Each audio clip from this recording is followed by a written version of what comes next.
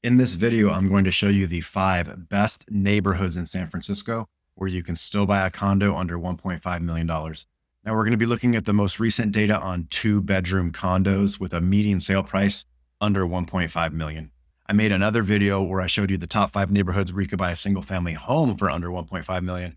And this video is for the other folks that want to be more central. They want to be in a more walkable, more lively neighborhood. The other video I just talked about was for folks that were like, we're done with the condo apartment lifestyle. We want our own backyard. We want our own house. We don't mind driving or taking an Uber to these places. We don't mind being 10 minutes away from everything versus being 1 minute away from it. But these neighborhoods are different. These neighborhoods are still very lively, very walkable, highly desirable. Only problem is if there's single family homes that are for sale in these neighborhoods, they're going to be 3 million, 5 million. So they're way out of your normal first time home buyer's price range. And the first one we're going to look at here is Noe Valley. Let's check out the data. Like in all my comparison videos, there are 2 lines here. The orange line is the median San Francisco condo 2-bedroom. And the purple line here is going to be Noe Valley. So a median sale price for a 2-bed condo in San Francisco right now is 1.25 million. And Noe Valley is just under that.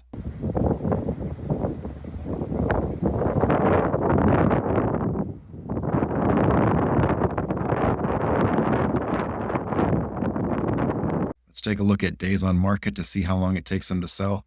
Noe Valley condos are selling a lot quicker than the entire county of San Francisco as a whole, which is taking 27 days, but Noe only taking 13 days. Let's take a look at the inventory. How many active listings do we have? 281 total in San Francisco, 6 in Noe Valley. So not a ton. The other neighborhoods will probably have a little bit more than this, so this one might be on the lower side.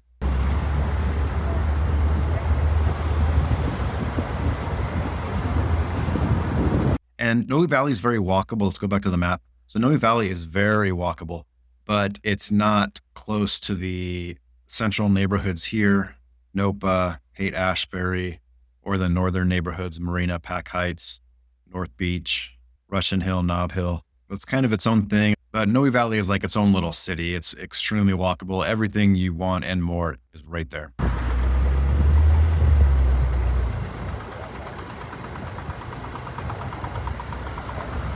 Go back and look at the rest of the data. I want to show you how much they get over the list price so you understand the pricing here. So all of San Francisco County, the condos are selling right at list price. If they are if they are listed for $999, listed for right at $1 million, that's what they're getting. And Noe Valley is getting 6% over the list price. There are probably some that are going for 12, 15, 20% over the list price because there's just as many that are getting under the list price. But median sale percentage over the list price, 6%.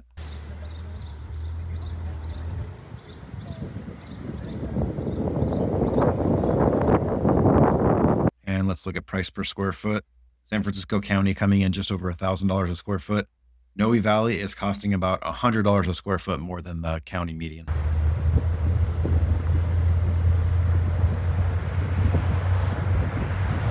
So that takes us to number 4, which is Hayes Valley. Hayes Valley is a lot more centrally located, very close to Alamo Square, Nopa, Haight-Ashbury. And it is just north of Lower Pack Heights, Pacific Heights, Marina, Russian Hill, Nob Hill. It's about as central as you come for a neighborhood where you can still get a 2-bed condo under 1.5 million.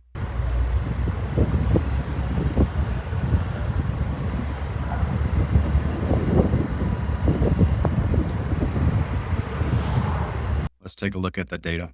So just a little bit under the San Francisco median, about 50K below that.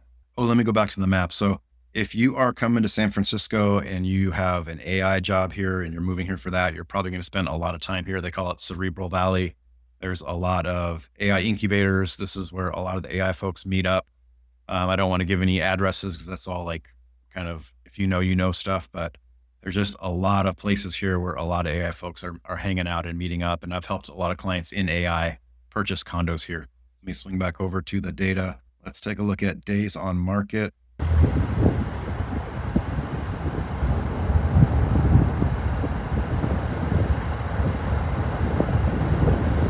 Hayes Valley condos are selling in half the time, 14 days versus 27. Let's take a look at the inventory.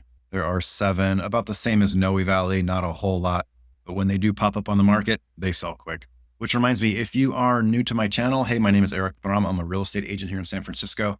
If you are thinking about buying in some of these premium neighborhoods that are very hot, make sure you're connecting with an agent that really knows what they're doing, because you could set yourself up for preemptive offers, or even if there is an offer day and they're not taking preemptive offers, you really need to have yourself set up to have the most attractive offer out there, especially if there's cash offers. Cash is not king anymore. The best offer is not always going to be the cash offer, but there still are several terms and several ways to set up your offer to make it as attractive as possible so you can beat out those cash offers. And if there are no cash offers, you will run away with it, because the way that I set up my offers that have mortgages, we easily beat everybody else. We're getting pre-qualified on insurance. We're getting ready to go for our deposit. We're getting that in 1 day versus the standard 2 or 3 days.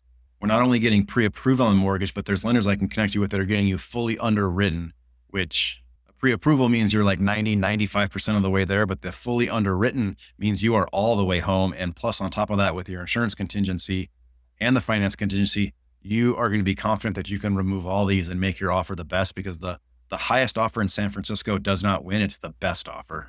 But I get into all that in other videos. I just wanted to kind of say that real quick. Let's get right back into the data here about Hayes Valley.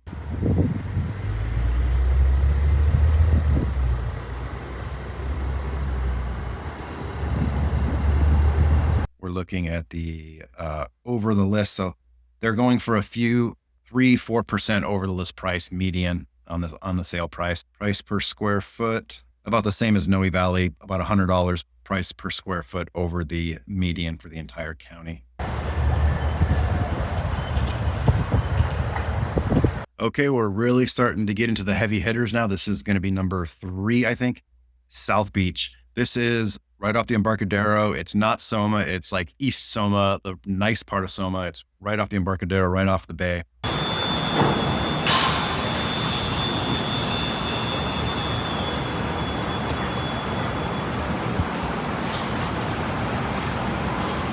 A ton of beautiful new high rises. The bulk of my clients that want to buy here are looking for a second home near their office. If they live out of state or they live somewhere else in the Bay Area, they need a crash pad near their office. And also first-time homebuyers that want to be near the office, the folks that have to be in the office a few days a week or even 5 days a week. The more traditional jobs like finance or fintech, folks like that are really being pushed into the office 3, 4, 5 days a week. And those folks find this area highly desirable. It is very walkable. It's the same as Noe Valley in that you're not near all the central neighborhoods, but everything that you want is right there. So the walk scores are really good because everything you've really wanted is all right here.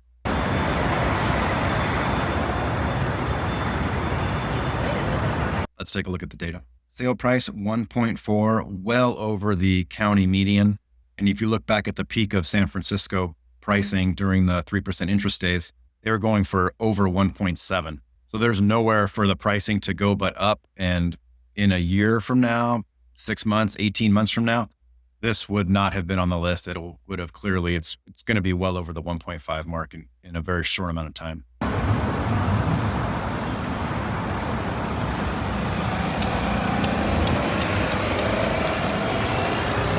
Let's look at days on market. Days on market is a lot longer, over double the entire county. And I will show you why on this next one here. The most amount of listings that you're going to see, there is a ton on the market right now. Let me go back to the map here real quick. There's a lot of folks that left here during the 3% time, 21, 22, during the work from home, remote work push. A lot of people left, and not just home buyers or homeowners that sold their properties, but also renters left there. So all the landlords were stuck with these properties. So everybody put all of their homes on the market. And that's where you can see the sales price dip here was from that. Everybody leaving, everybody putting their homes on the market. So the demand was not as high as it was, but the supply shot up, and we're seeing quite a correction on that now. So that's why you see so many active listings. So the folks that are out here have a ton of buyer's leverage. What I was talking about doing preemptive offers and really having a strong offer.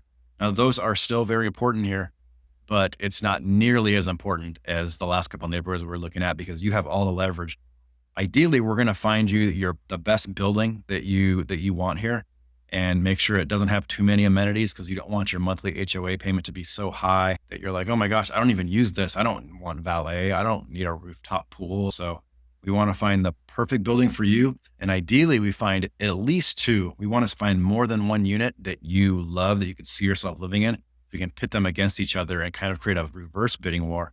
Be like, hey, we love your unit here on the 34th floor, but there's also one on the 33rd floor that we love too, that's priced a little bit lower. We're thinking about putting an offer in on there. Why don't you talk to your seller and find out what it would take for us to put an offer in, and just really use all this inventory, all of these sellers to our advantage, creating a ton of leverage for us. Now that can't work. It doesn't happen if you just have one building and one unit that you absolutely love.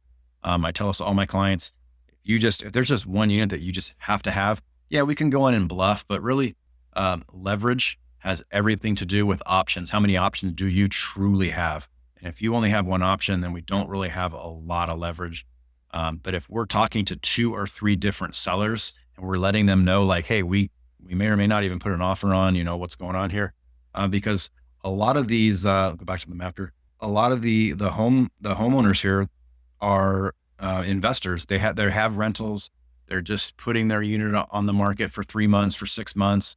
If they don't get their number, then they're just going to put a renter back in there for another year. They're very happy to do that. They're kind of just going off of a spreadsheet, not a traditional home seller that may have already moved for a job relocation or retirement, or they may have bought a single family home somewhere else in San Francisco or somewhere else in the state or out of state.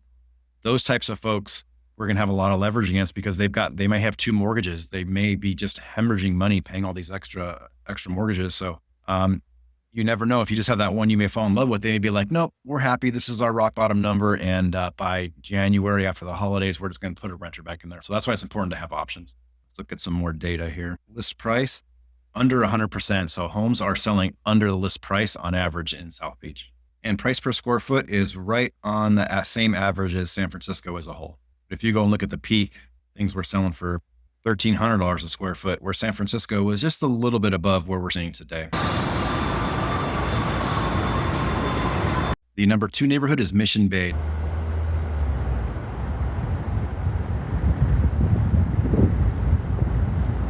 Now, if you don't know a lot about Mission Bay, I made a full, I think 10-minute long comprehensive video just about this neighborhood. It's on my YouTube here.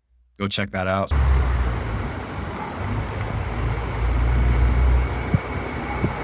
So I won't spend too much time, but basically a lot of the UCSF campuses are here. The Chase Center is here. It is just south of the Giant Stadium. And there is a ton of amenities here. There is a lot of shoreline that has already been redeveloped.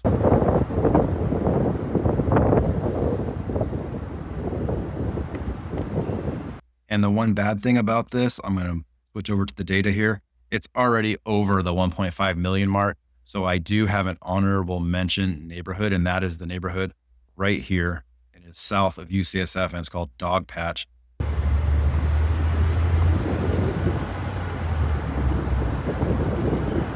And we're just going to call that an honorable mention, or maybe we could even put that as like a projected number 2.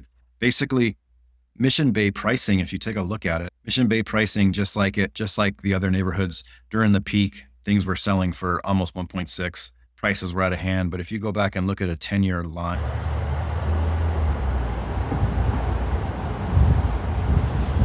and they were just giving away condos years ago before all the redevelopment. And that is what you're looking at right now in Dogpatch. So for the folks that feel like, oh my gosh, I missed the boat on Mission Bay, which Mission Bay is still going to appreciate just as much, if not more, than the median in San Francisco. But if you're one of the folks who are like, I want to get in on the ground floor, I want my appreciation to just 2 to 4x more than the entire county as a whole as a median, then Dogpatch is where you want to look. So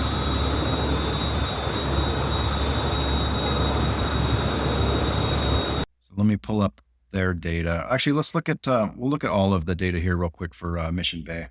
Days on market, 21, just a little bit less than the median, and active listings, 7.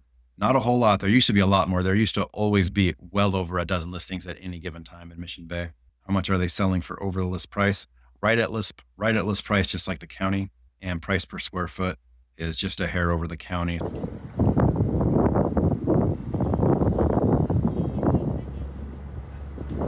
Show you Dogpatch. So it's Dogpatch, I think I got to type it. Central Waterfront / Dogpatch. So Dogpatch, under 1,000 a square foot We can do the data, I guess, in reverse order here. Homes are selling right at 100%, 7 total, just the same as Mission Bay. Days on market, just a couple days higher than the median. And median sale price is at 1.2 under the San Francisco County median sale price.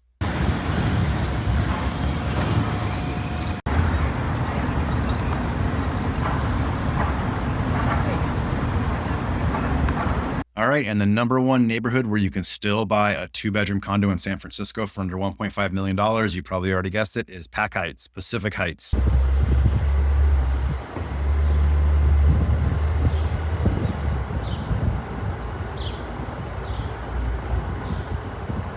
So if your neighborhood did not make the list, it's because it's selling for well over the 1.5 mark. The Marina, Cow Hollow, North Beach, Russian Hill, Nob Hill, all the central neighborhoods here, Nopa, Haight Ashbury, Lower Pac Heights, Inner Richmond, Inner Sunset. But Pacific Heights, let's take a look at the data, is still just under the 1.5 mark, median sale price, 1.427 million.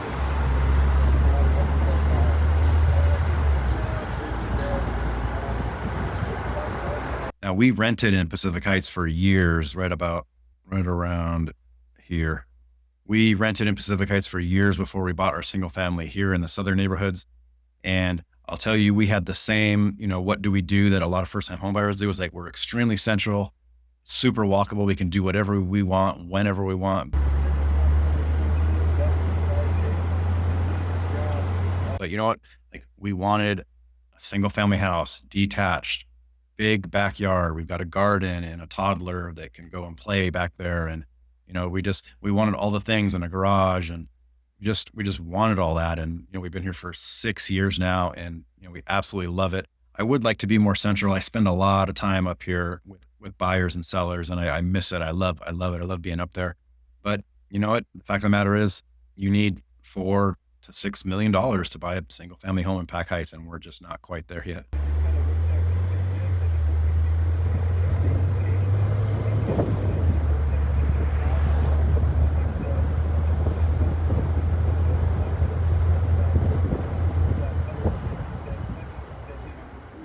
Let's go back to the data here. Days on market for Pac Heights, 22 days. So just a week below the median. They are selling a little bit quicker. And let's see how many active listings we have right now. 12, pretty good amount. This is the first neighborhood where we saw a relatively high amount of active listings that are selling relatively quickly, quicker than the median. And let's see how they're selling right at list price.